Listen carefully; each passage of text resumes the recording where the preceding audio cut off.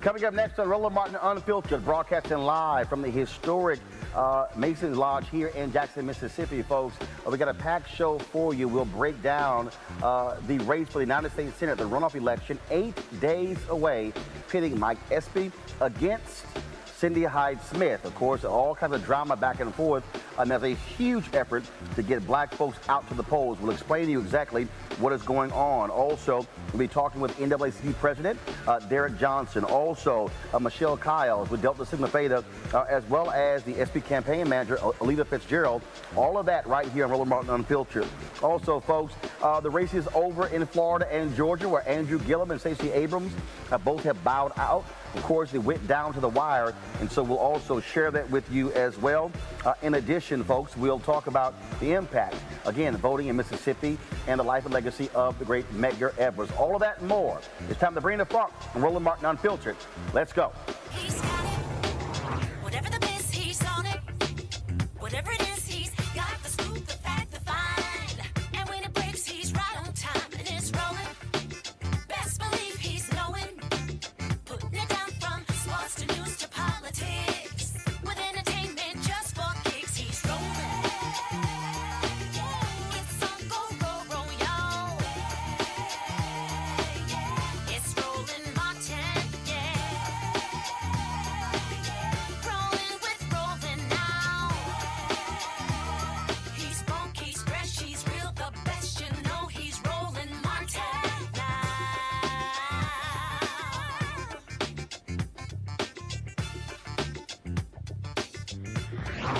Martin.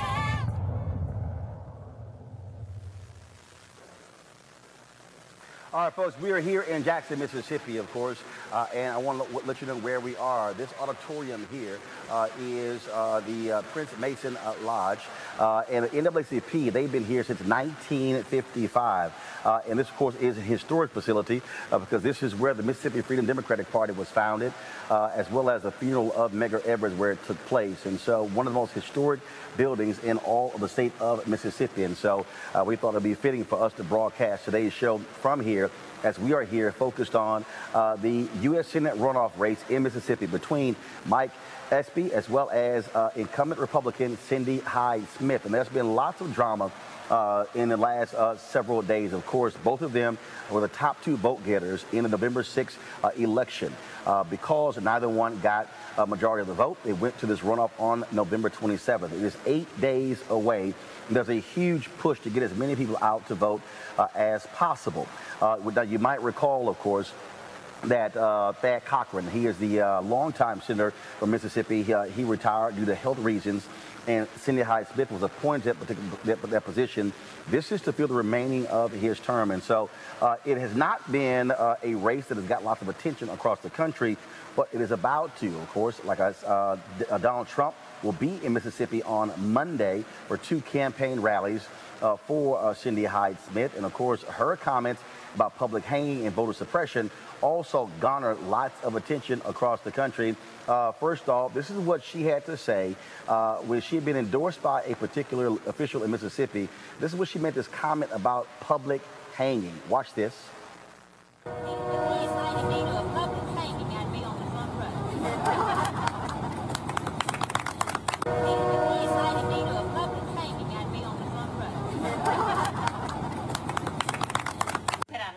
Yesterday, and we stand by that statement. Could you expand on it then, why you said it, what you meant by it, and why people in the state should not see it as offensive? We put out the statement yesterday, and it's available, and we stand by that statement. Senator, are you familiar with Mississippi's history of lynchings? I put out a statement yesterday, and that's all I'm going to say about it. Governor, you mentioned that it shouldn't be viewed with a negative connotation. Could you at least I explain put out a how statement it could be yesterday, and we stand by the statement, and that's all I'm going to say about it. Is that phrasing in your everyday lingo, in your vocabulary? Do you use I that put out a phrase? statement yesterday. Governor, you appointed her as the All right, folks. Also, of course, Cindy Hyde-Smith got lots of attention when she said she made this joke about voter suppression.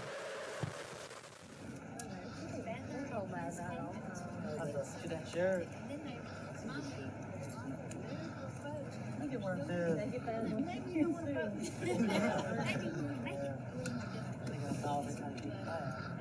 Look at the camera.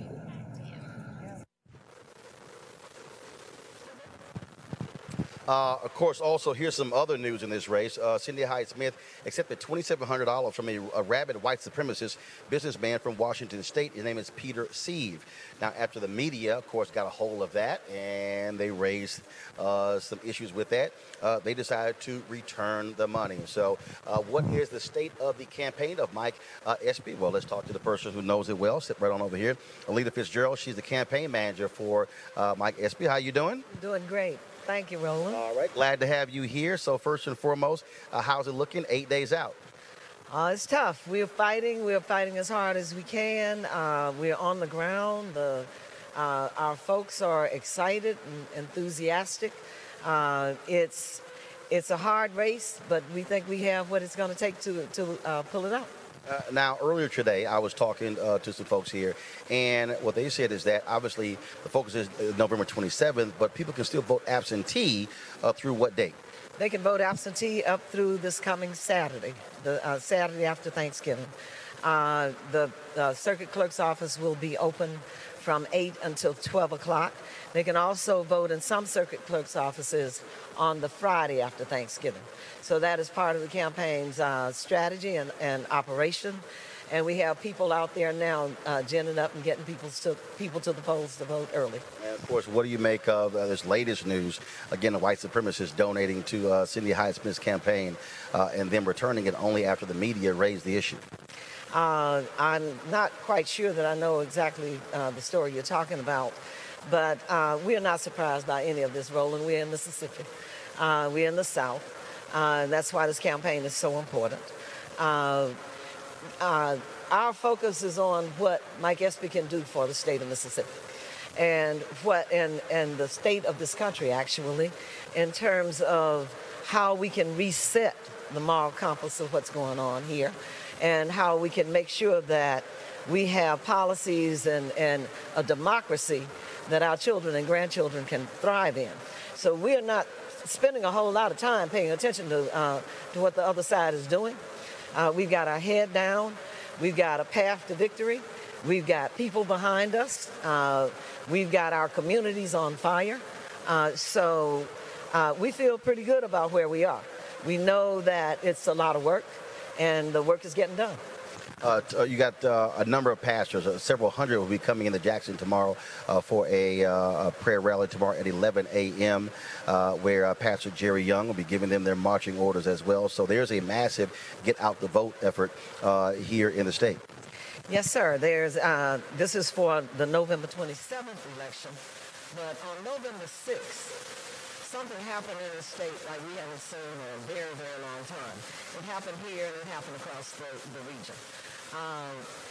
We did not have the resources to match the other side, but we had people. And people took on this candidacy. They took on this race. Actually, Mike Espy is a vessel for something else that's going on out here in our communities. He is their way to express the concern that's in our communities. So we've had churches from the beginning, churches that have been engaged in ways that we haven't seen before. We've had Democratic Party apparatuses engaged. The vote that came out in some of our precincts, we exceeded the Barack Obama presidential vote, which is unheard of. So we are, I won't say we riding the wave, but we are certainly part of a movement. And we think that we will be victorious. As I said, we've had lots of prayer, lots of folks that have taken on this race, and it's like we do have a wind beneath our wings, not only here in the state of Mississippi, but across the country. All right, well, Lita, we certainly appreciate it. Thanks very much. Thank you for coming. We look forward to seeing you. All right, thanks Look so much. forward to seeing you on November 27th. Absolutely, absolutely. Earlier today, folks, here in this auditorium, we caught up with Derek Johnson, who's the president and CEO of the NAACP, longtime head of the Mississippi State Conference of the NAACP. Here's that conversation. So before we talk about voting, you know, this a whole lot of our history has happened in this place we're in right now. You know, the beautiful thing about this building, many people may not recognize, we made democracy work for African Americans out of this building. Not only was the Mississippi Freedom Democratic Party founded in this building, but the Conference of Freedom Organizations. It was an umbrella group of NACP, CORE, SNCC, and SCLC during the Civil Rights Movement to force the question of full citizenship. Cortland Cox, one of my mentors, was over the SNCC Legacy Project. He typically said that in Mississippi, we forced the question that black folks could, in fact, have the right to vote. And we went to Selma, then to Lowndes County, Alabama. On my show, and you were on. You know, if Broward County and Miami-Dade County, if we had voted 65, 70% turnout, that changes the game in Florida. You know, the number one thing to fight against vote suppression is voter turnout. You know, vote suppression is the problem, but if we increase turnout, it's less of an issue. This is a game of inches, not miles, and every vote counts. People don't understand that elections in this country are not federal elections. No. They're not even state elections. They are local. When we say local, they're not even city elections. They literally are. Matter of fact, it's not even county elections. That thing goes precinct by precinct. I mean, so you might go in one precinct, and it's a whole different thing that's happening compared to the next precinct. I mean, my parents worked elections. They worked them in Houston, and I worked them in Dallas County, in the area of Dallas. And they take that job very seriously. But when you hear these stories of, well, one person over here being told one thing, and another person being told, oh, this person over here being new, and ballots got misplaced, stuff along those lines. I mean, this is the fundamental problem I think still facing us. And it makes no sense to me. Not at all. You know, on election night, was in Atlanta. We filed 3 lawsuits on election night because of the administration of the election procedure for specific precincts. We need a federal election system. In fact, our election system should be a matter of national security, and that's why Congressman Thompson will be coming forth with a bill Benny Thompson. to make sure that it is a matter of national security. When we have a foreign nation tampering with our election, when we have inconsistent voting machines, when we have a company like Diebold, who's nothing more than a tool of the conservative movement to manipulate outcomes, there's no way to have accountable access to whether or not your vote as you cast it represent the integrity of your interests. All those things are important to address in order for us to have a functioning democracy. One of the things that also I think when you talk about getting people to understand, so obviously filing those lawsuits, making sure the machines work, making sure people are properly trained. But I also think that what we have to do is connect these dots for people who really don't understand. I was, earlier, I went to the home of Medgar and Merle Evers.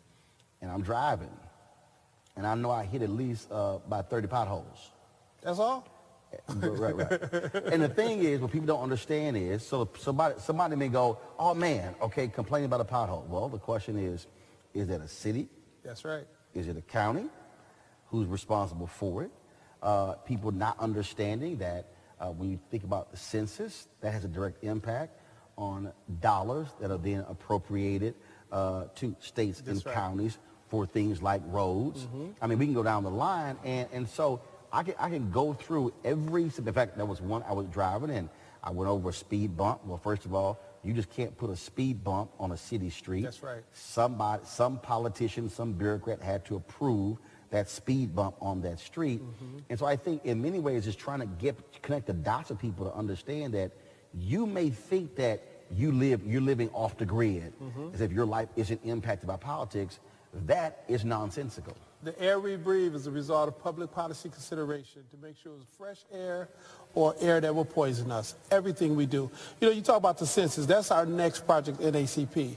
That was an argument, and many of us talk about the 3/5 debate. That wasn't about whether or not we were human or not. That was about whether or not the federal appropriation would follow the individuals after the count would take place. And the deal was cut for northern states and southern states. The northern states said, we're not going to give you money for individuals you consider property, but you want to count as people. The southern states, well, we're not going to pass this set of legislation. Compromise. Well, well, if you count them as 3/5, not a whole person, and give us 3/5 of the money per person, then that's a deal. They cut the deal. It wasn't about people. It wasn't about values. It was about money. In a democracy, our vote is our currency, and that currency needs to be leveraged collectively to ensure that our streets are paved, to make sure that our tax dollars are serving our interests, but most importantly for African Americans, to make sure we are owners of government and not victims of government. And you can only own government if you participate and leverage your vote.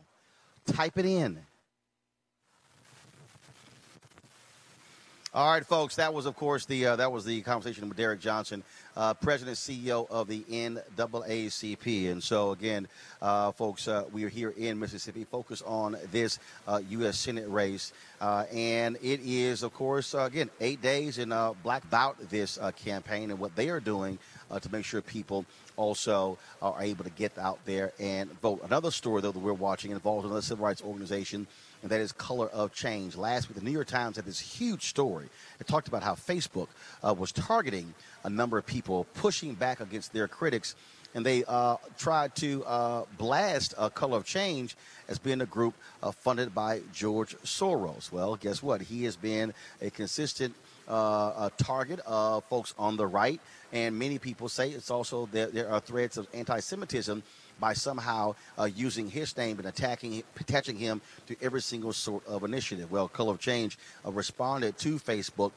really putting them on their heels, saying that massive changes should be made because they said they were offended by their attack that was taking place against them. Joining us right now is Rashad Robinson, Executive Director of Color of Change. Rashad, many people were very surprised to see that story of Facebook hiring a conservative group, a conservative outfit, to dig up dirt on the Color of Change, to trash you in media. Late last week, Facebook fired that group. Mark Zuckerberg claims he had no knowledge whatsoever of what they were doing. Sheryl Sandberg as well. That's hard to believe for a whole lot of folks. Yeah, I mean, it's really hard to believe. I mean, what the whole story for us is a bit hard to believe. For the last several years, our work on Facebook has been deeply public. I've come on your show to talk about some of the, spoken with you a number of times about some of our campaign work, from that issue with Corrine Gaines, the young woman in Baltimore who had her Facebook Live turned off during a police interaction and ended up dead, to some of the civil rights violations on their platform. We have campaigned. We've sat at the table. We led a major campaign to push Facebook to adopt a civil rights audit and to begin reviewing all their policies and practices, and have now pushed them to actually get on a timeline for when they're going to release it. All while we were doing it, they hired this right-wing firm, as you said, to really trash us. But the unique way that they trashed us was quite interesting. They went on this theme around George Soros, the sort of billionaire philanthropist, who does support some of Color of Change's work, but is by no means our largest donor. And we are not one of the largest, recipients of money from the Open Society Foundation. But they used this frame that we were somehow puppets of George Soros, which for anyone who's a student of history, this was one of the themes that was oftentimes leveraged against some of the civil rights workers of the 60s, that black organizers, black activists are somehow puppets of these sort of behind-the-scenes Jewish leaders. It's also deeply anti-Semitic. It has all sorts of themes and these ideas that Jewish people control the world, or Jewish people are controlling, what we do every single day. And so that Facebook, as an organization, rather than actually dealing with us at the table, dealing with our demands, would hire this right-wing PR firm and leverage these attacks behind the scenes. For the last several months, Roland, we have gotten all sorts of calls from journalists randomly asking us, do you get money from George Soros? How much money do you get from George Soros? We thought it was weird. Some of the threats against our organization, white nationalists, sending us hate mail, people would start mentioning George Soros. We actually didn't know where this was coming from. The idea that this was coming from Facebook, one of the largest corporations in the world, one of the largest communications platforms, speaks to how much they actually have to change.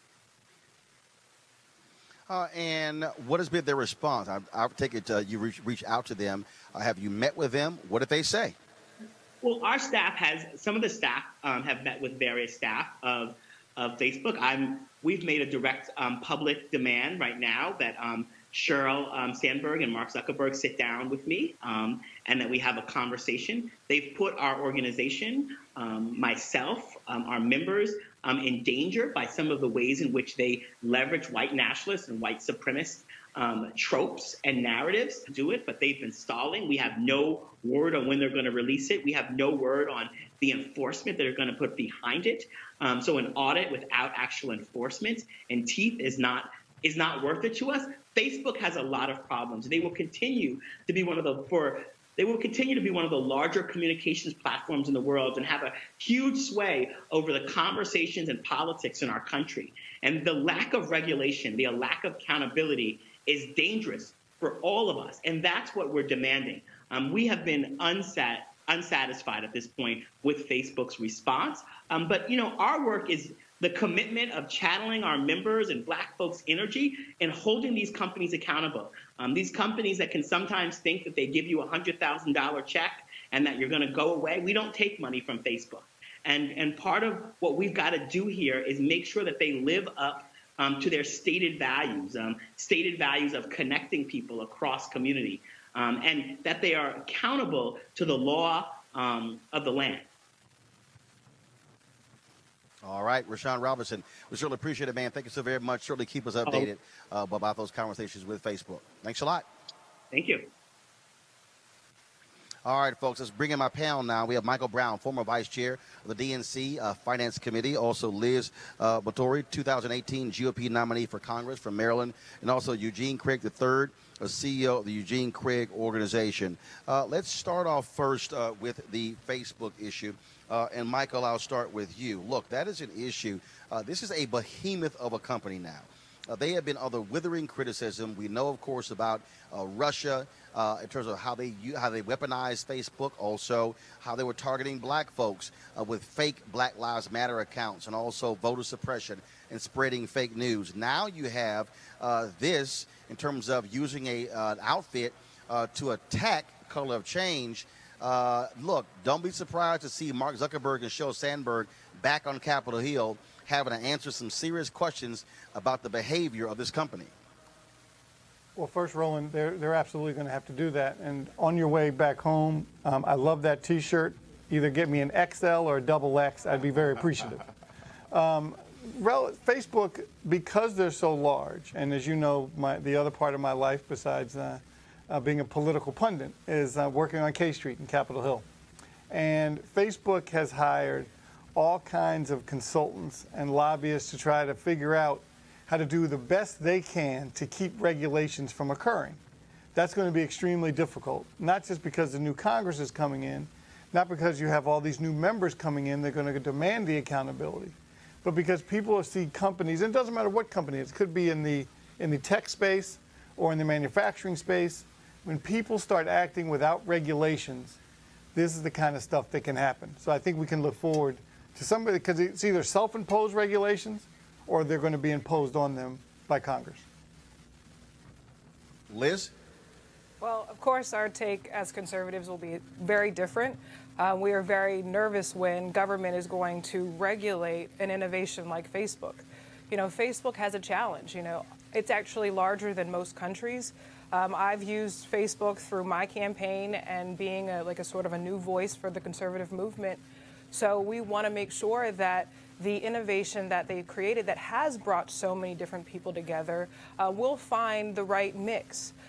They have a big challenge, and I think that Facebook and other social media platforms will take this on to find a better way to make sure that the platform is useful and actually small d democratic. We really don't want to see government regulating it, because with more regulation, obviously, it's actually government control.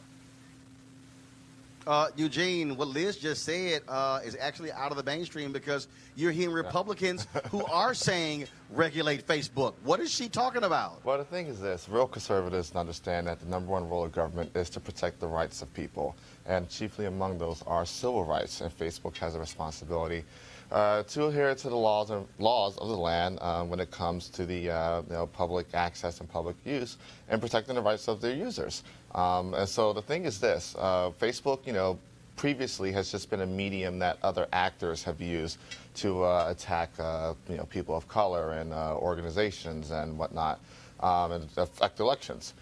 They've gone from being a medium that's used to being the actor themselves, in particular with hiring this particular firm that they use to fight back against some of the accusations that turned out to be truths. And so, look, you see, ardent Republicans. I mean, right or right, Republicans are now coming out and saying, hey, listen, we're probably going to have to come in and do some regulating. And it's not necessarily, regulating the innovation, but, is Facebook now more a quote-unquote media company that has a responsibility to make sure that they're propagating truth and not being used to, thwart democracies? Or are they just a tech company that's just a medium? And I think what we're seeing now as this story unfolds and other stories unfold, that Facebook is acting more like a media company. But, don't take Congress's word for it. Let's take...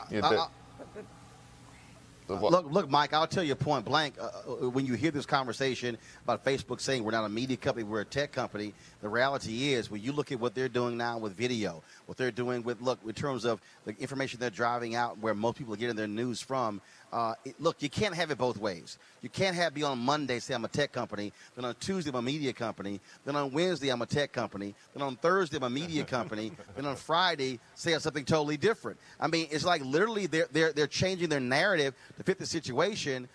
They are a behemoth that is controlling access of information for a whole lot of people in this country and in this world. I'm not sure what the Webster's definition is, but to me, they're a large media company that also does tech. And that's kind of what they are. And that's okay. I think the question, again, is how do you balance between whether it's regulation. I know the number 45 loves deregulation, but in some situations, you have to have some controls so things like this don't continue to happen, in particular when they impact suppression of voting or folks' ideas on items. Well, then, sorry. So then in reference to that, we're talking about suppression. On the conservative end, we do know that Facebook controls what people see. And we have been attacked. If you put something in reference to pro-life, for example, they'll have an analytic that is looking for, that to not be shown to more and more people. So again, I do believe that Facebook, as the most, powerful, again, tech company in the world, to be able to regulate themselves, because they're the ones who will know what's best, and then also the consumers, we're the ones who create the content. That's the weird thing. It's a new. So Liz, 1 second, Liz, you're saying let Facebook continue to regulate themselves, and with also user input. I mean, I think that's the really wonderful thing about a platform like Facebook. But here's the problem, Liz. Here's the problem. Mm-hmm. You don't know. Color Change did not know. Color Change did not know they had hired a company to attack them because they were criticizing their policies. That only came out because of investigative journalism. And so in many ways, that's the only way we've even known what has happened inside of Facebook. Right. So we're talking, you use the word attack, I would say investigate. Is there an issue? No, it was attack. So you're telling No. It wasn't investigate. So they hired a company to attack. Liz. I'm confused. No, they hired a company to attack. They hired a company to go on the offensive. Hold on 1 second, Liz. Okay. We just had the man on, Rashad Robinson, who was on the receiving end of their attacks. Right, and we talk about that. An attack. We could talk about that. He talks about money. Okay, so organizations like Color of Change would not be able to be as powerful and as strong as a nonprofit if it weren't for the funding, massive funding from organizations like Open Society. So his statements are so slightly disingenuous because he knows for a fact that it's not about him being a Jew. It's the fact that he has lots of money that he can invest in an organization to proliferate his narrative. Liz, that is nonsense. Okay. Liz, that is absolute nonsense. Eugene, go ahead. I'm sorry. That's your fellow conservative from Maryland, Eugene. Go ahead. So the thing is this, okay?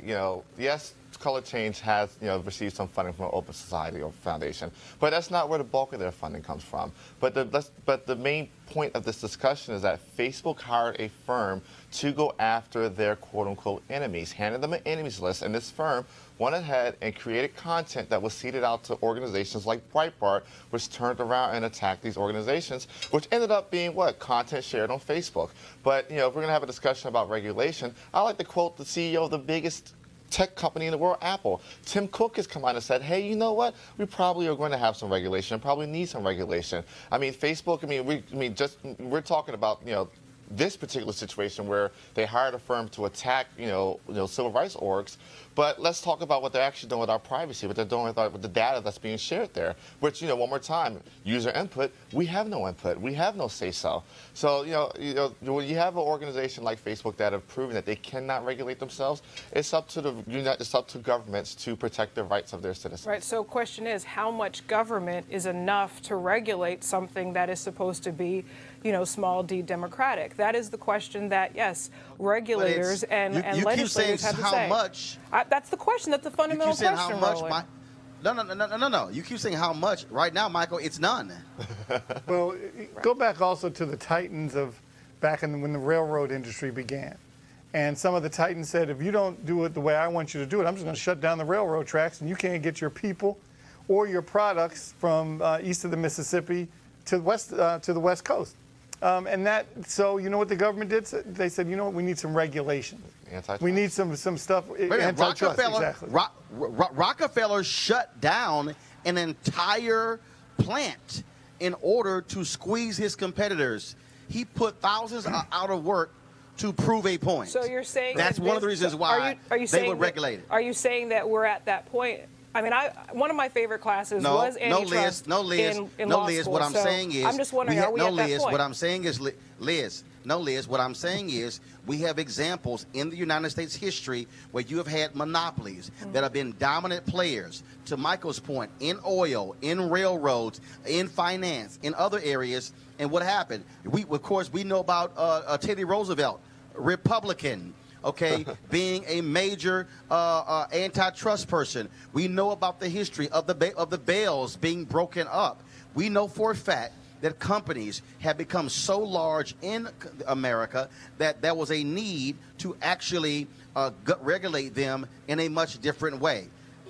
Many believe, including some conservatives, Michael, and Liz and Eugene, that Facebook is on that path. It could very well be there right now. Absolutely. I mean, this final comment, 20 seconds each. This isn't the first time we're seeing this. I mean, we can go back 10 years ago during a financial crisis when, look, a lot of folk that were, big supporters of the big banks said, look, we need regulation. We need, some kind of checks and balances. My point is that do we have the government in place that will be able to see, whether it is big enough, small enough, I guess neutral enough to evaluate said government control. I mean, at the end of the day, I love the fact that Eugene says I don't know what I'm talking about, but at the end of the day, the conversation that we're having on the conservative end is a conversation. This is the time for us to debate and to negotiate whether, the last case scenario for the government to come in. That's the only thing that I'm trying to make, and we should all make that point. Their last opportunity is to show the advocates, lawmakers, citizens, customers, that they're able to regulate themselves. If those stakeholders do not feel that they have done that, there will be federal regulation. And it's happening in the UK too, Roland. Keep in mind, it's happening across the pond right now. Well, you're right, and trust me, tech companies in America are being impacted by the European Union with various regulations. Folks, hold tight 1 second. We're going to go to a break. When we come back, we'll talk more about what's happening here in Mississippi and get to some other headlines of the day. You're watching Roland Martin Unfiltered, broadcasting live from Jackson, Mississippi. We'll be back in a moment.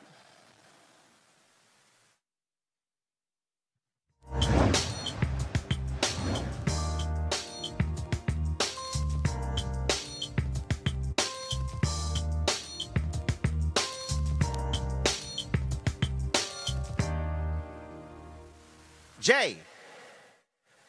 All right, folks. Again, we're here in Jackson, Mississippi. And, of course, right across the street from us is an HBCU. That is Jackson State. But, of course, our HBCU school today is Florida A&M University, founded in 1887. I know that control room. I got it. I'm just trying to explain to you, Jackson State is literally across. We're actually on the campus of Jackson State, this facility. And so that's why I'm saying that. Of course, graduates of FAMU, Andrew Gillum, Kay Michelle, my frat brother Will Packer, and also Atlanta Mayor Keisha Lance Bottom. Support FAMU by going to famu.edu, famu.edu. And also, you're a graduate of FAMU, please, you need to do your part as well. Because we need more folks giving to the university. Only 5% of Florida A&M University graduates give to their university, and so we want to make sure that you guys are cutting checks to support the university to make sure the next generation of students are able to go to college. All right, folks, here's a word from one of our partners. As we transition to the holiday season, this is the time when we start thinking about giving and sharing.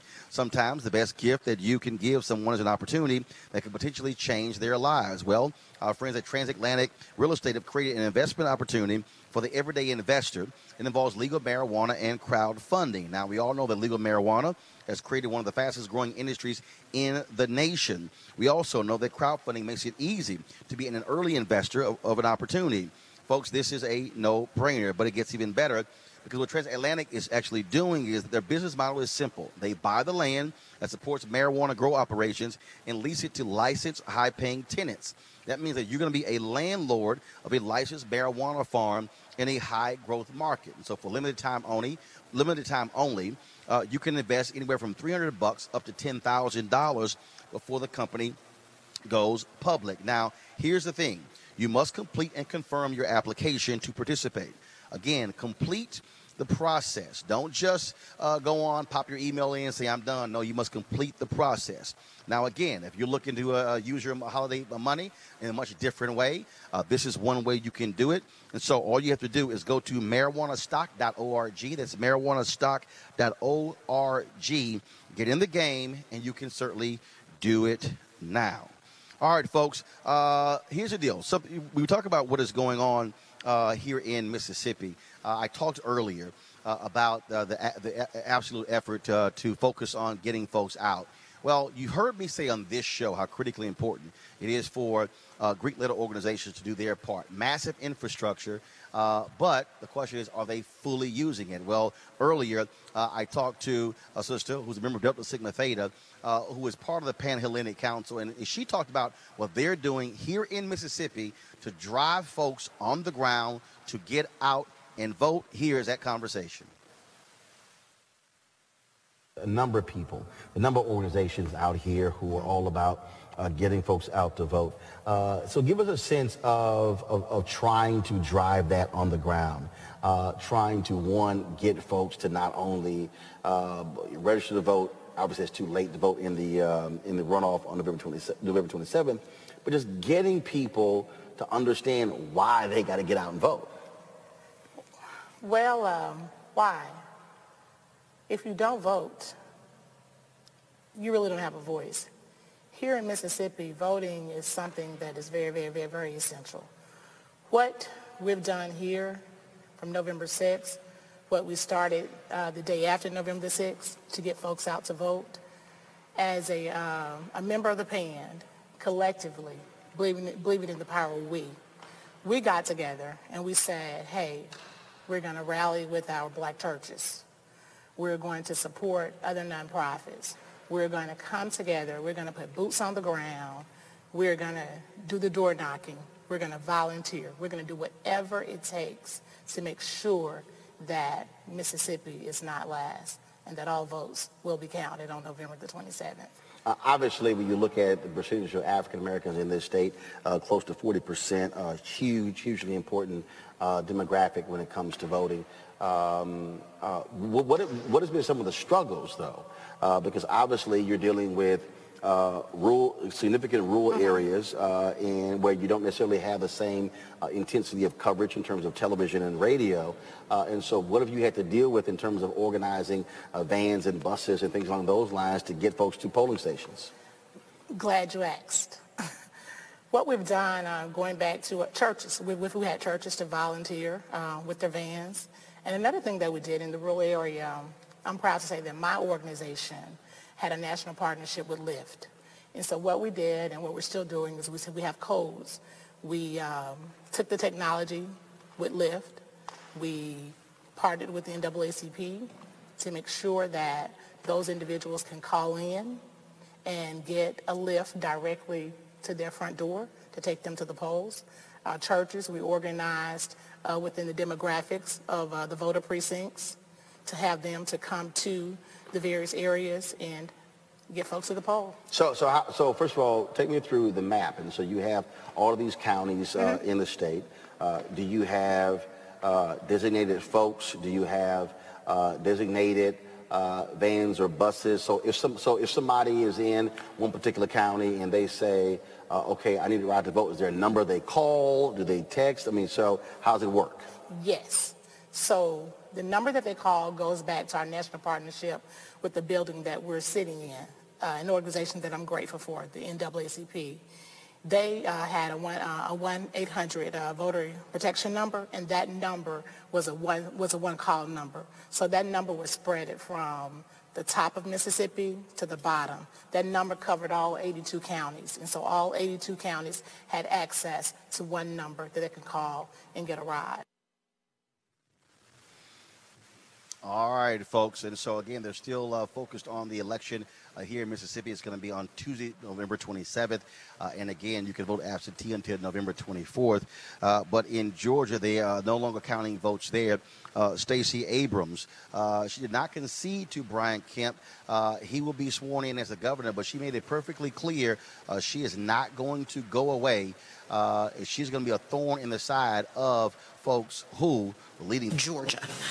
Georgians of every political party, every race, every region, again. I acknowledge that former Secretary of State Brian Kemp will be certified as the victor in the 2018 gubernatorial election. But to watch an elected official who claims to represent the people in this state baldly pin his hopes for election on the suppression of the people's democratic right to vote has been truly appalling. So let's be clear. This is not a speech of concession, because concession means to acknowledge an action is right, true, or proper. As a woman of conscience and faith, I cannot concede that.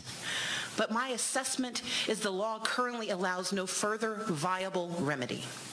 Now, I could certainly bring a new case to keep this one contest alive, but I don't want to hold public office if I need to scheme my way into the post.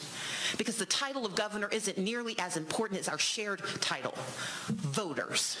And that is why we fight on, and why I want to say thank you. Today, I announce the launch of Fair Fight Georgia, an operation that will pursue accountability in Georgia's elections and integrity in the process of maintaining our voting rolls. In the coming days, we will be filing a major federal lawsuit against the state of Georgia for the gross mismanagement of this election and to protect future elections from unconstitutional actions. We will channel the work of the past several weeks into a strong legal demand for reform of our election systems in Georgia. And I will not waver in my commitment, a lived commitment, to work across party lines and across divisions to find a common purpose in protecting our democracy. Because we deserve a state that elects Democrats and Republicans and independents. We deserve a state that elects leaders who will not tolerate the erosion of our values. Fair Fight Georgia, because these votes are our voices, and we are entitled to our choices, each of us. And we have always been, Georgia, at the forefront of speaking truth to whatever power may lay claim to leadership, if only for a moment. And we will win because we are Georgia. And I promise you, we will get it done. Well, Michael Brown, Stacey Abrams is throwing the gauntlet down, making it clear she's still going to fight. And what a speech. I mean, she kind of hit on every note. She defined everything perfectly. You know, you saw the people in the crowd. They're clearly disappointed that her effort wasn't successful. But she has put down a gauntlet, and folks are going to have to be accountable. I'm assuming she's going to have a lot of support for her new organization. The governor-elect is going to have to watch his back, as well as other people in high elected officials that try to suppress votes in Georgia from now on. So she may not have won to become governor, but she could become one of the most important people in the state of Georgia over the next several years. Liz, clearly she makes it clear that there are issues with voting in Georgia and it should be fixed. Right. Well, you know, we've actually always championed voter ID just for this purpose. What purpose are you talking about? That's not what she just said. So, but if you're talking about voter suppression and issues with voting, the number one thing you can actually do is identify who is actually lawfully allowed to vote. And I don't know why. No, actually, you're wrong. Actually, Liz, you're wrong. Okay, I'm wrong. The issue, Liz, well, Liz, let me take you through the history or the timeline here so you fully understand. Okay. You had Brian Kemp when he was Secretary of State purging folks. No, I'm trying to tell you, purging folks from the rolls. A federal judge slapped that down, saying that he was absolutely wrong. What did Republicans, your party, do in Georgia? They said, what the hell? We're going to make it state law. And so that's what you had. You had people, this whole issue of, well, if you had a period or you had a one item missing, it didn't match over here, you had that going on. You had cross-check going on. You also had the problems with voting machines not having power cords. That ain't got jack to do with voter ID. You had a black woman, 92 years old, who'd been voting in the exact same location since 1968, had not moved, yet somehow her name was mysteriously missing from the rolls. Voter ID don't have a damn thing to do with that. So when you have Oprah Winfrey come to your campaign and campaign for you, I would argue that that should be, you know, the way to rally the troops. At the end of the day, like, I commend Stacey Abrams for actually having some support of the Democratic Party, because very few black women actually have that support at that high level. So I commend her for actually having the support from the Democratic Party. Liz. Yes. I know this is your first time on the show, but you can't just be sitting here hopping from one subject to another. You raise a point, and then all of a sudden you switch it by saying that's why we have voter ID. Then I give you the history of it. Then you go, hey, a black woman supporting a black woman. No. Can we stay on topic? So my point, sir, was that I think if you have someone as huge as Oprah Winfrey come to campaign and rally the troops, those rallying of the troops would actually outcount any of those glitches. Now, I think she should have the lawsuit. Why doesn't she pursue the lawsuit? Liz, if there's you so still much just evidence, missed it, Liz. then why don't they do it? Why aren't they pursuing the lawsuit? Liz, you still just missed. Okay, Eugene, let me just go to you, because obviously I don't know what's going on in the studio while I'm not there. But the bottom line is this here. What Stacey Abrams is talking about is not the issue of voter ID. It's a combination of things. Yeah. It's the purging of people. It's also having machines not working. It's having places that open late. It's having no power cords. It's having old machines one place, new machines other place. She's talking about dealing with the entire system, not voter ID. Yeah, well, I mean, once again, Liz doesn't know what she's talking about. The issue is this. First of all, Eugene, stop attacking me individually. The issue is this. You know, what Stacey Abrams is pointing out is this. A full-fledged operation to suppress voters, particularly black voters.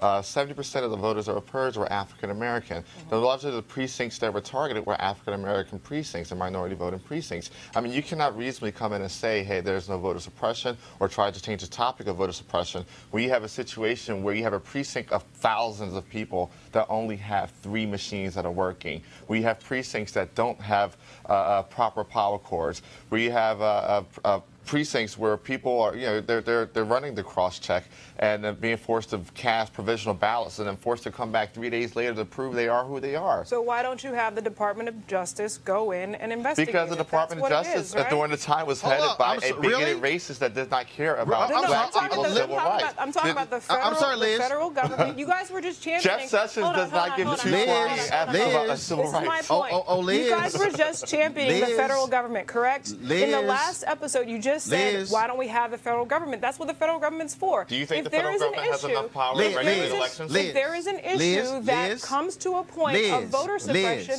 then we have the means to investigate. Investigate. Do you believe Liz, do I need to remind you, Liz? Yeah. No, hold up.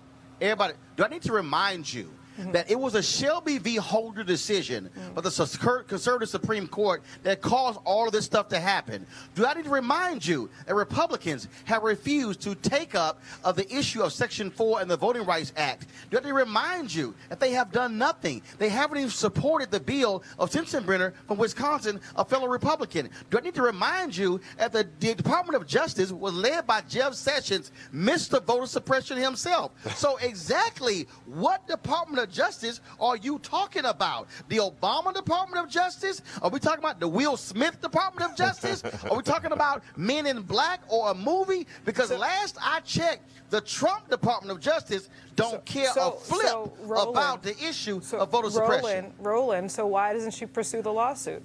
If there's such an issue, why doesn't Stacey Abrams use her time and her treasure? Oh my God! Why doesn't she do it? Liz, were you listening to the video? Were you listening to the tape we played? She said they are going to be filing a massive federal lawsuit. She said that she's not listening? going. She said at the end she didn't want to have to push for that in order to get her to be a governor. So I said, if there's going to be an issue, then she would be a governor. Liz, no, she said she didn't have to cheat the way to be a governor. That's what she said. She said, I don't need to close down polling places to be a governor. I don't need to suppress voters to be a governor. I don't need to cheat to win to be a governor. She said, protecting democracy is more important than me winning an office by virtue of cheating the way Brian Kemp did by double-dealing himself as Secretary of State. And then she said she will file a federal lawsuit with her new organization about voter suppression. Okay, well, good luck to her. Congratulations. So she actually said it. So, okay. Yes, I'm glad 2 out of 3 people were listening. All right, y'all, I got to go to a break right now. Here's another one of our partners we want y'all to support. Here we go. With the holidays just around the corner, now is the time to order holiday cards for family and friends. This year, you could create custom holiday photo cards real simple and easy and affordable by going to simplytoimpress.com. Simplytoimpress.com is your holiday photo card headquarters with thousands of unique Christmas cards and other designs to choose from. Look, all you got to do is upload your family photos or get them from Facebook or Instagram, personalize the text, and you're done. It's that easy. Folks, simplytoimpress.com prints your cards professionally on your choice of premium card stock in just a few days and rushes them straight to your door. Now, the New York Times Wirecutter named Simply to Impress their favorite custom photo card service. Simply to Impress even offers foil cards and hundreds of great holiday card designs for your business as well. So you can place your order today and save 30% to get free shipping. Now look, it's all you got to do is use the promo code DEAL. That's DEAL at checkout. Save big on holiday photo cards today using promo code DEAL at simplytoimpress.com. Again, simplytoimpress.com. So please support those folks who support Roland Martin Unfiltered. Now, folks, earlier today, as I said, we're broadcasting live from this facility here, which is where so much history was made in the 1950s and 60s. This was where Medgar Evers' funeral took place and also where the Mississippi Freedom Democratic Party was founded. But also, the NAACP, they have been here. Mississippi NAACP have been here since 1955. And earlier we took a tour, which included the office where Medgar Evers worked out of. Take a look. All right, folks. All right, so we're going to take a tour of this facility here with Derek Johnson and also Frank Finnegan. He's going to be our tour guide as well. Plus, we'll you better check out the office of Medgar Evers. Now, obviously, when I came up here, Frank, I saw this here. And so, for the folks who don't know, I know, and Derek, you can explain to folks what the Sovereignty Commission is. The Mississippi State Sovereignty Commission was a taxpayer-funded organization that spied on people and whose purpose it was to prevent the opening up of Mississippi to the disenfranchised citizens. They did anything, any means necessary.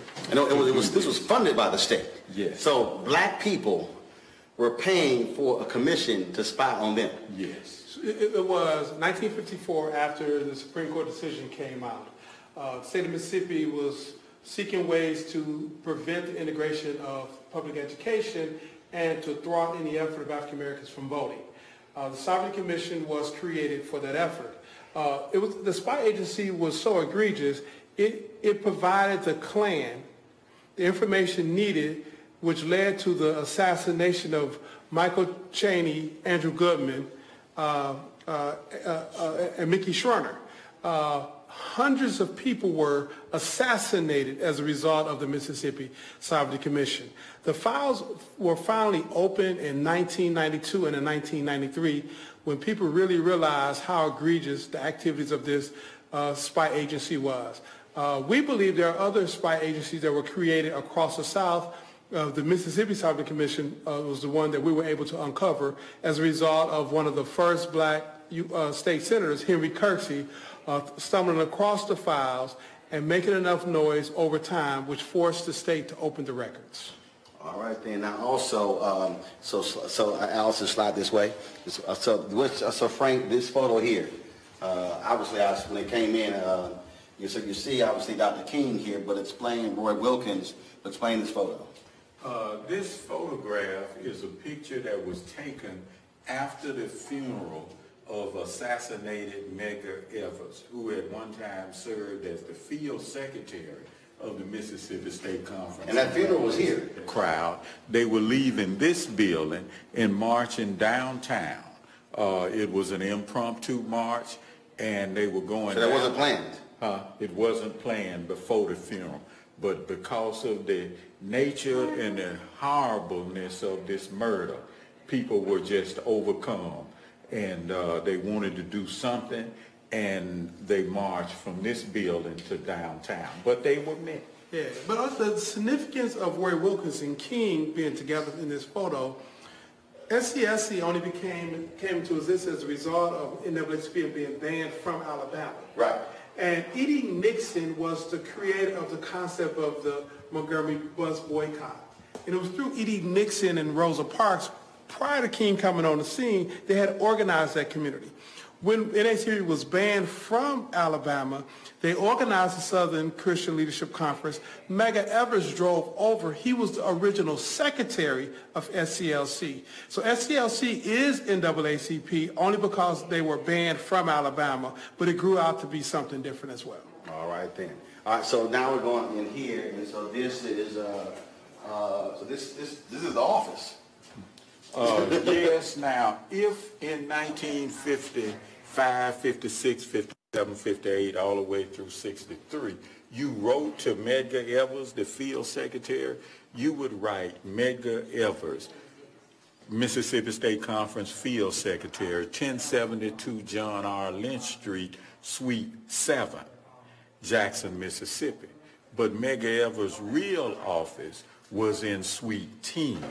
Suite 7 is a room on the front of the building with a lot of natural light and glass. But because of the strategic nature of the work that Medgar Evers did, making two Mississippis, one Mississippi, you had to be careful. Yeah, because you still got the bullet holes, right? Yes. So his office was in the corner in the back in Suite 10. All right. It is recognized the strategic nature of Medgar Evers and his counterparts. They were World War II veterans. Our whole infrastructure was built off a set of individuals who came back from World War II, decided not to leave, and Medgar Evers was the person who took on the job, but you had Steptoe, you had C.C. Bryant, Aaron Henry, Amzie Moore. They were across the state of Mississippi, and they all carried guns because they were World War II veterans. That was important. It was very important. All right, then. How y'all doing? Great. How are you? Good.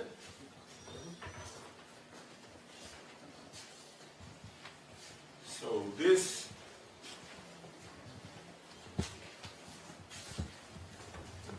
this was the office of Medgar Evers. It is important to say that this also was the immediate past Mississippi State Conference president's office, who was recently promoted to the national conference of NAACP's president, Mr. Derek Johnson.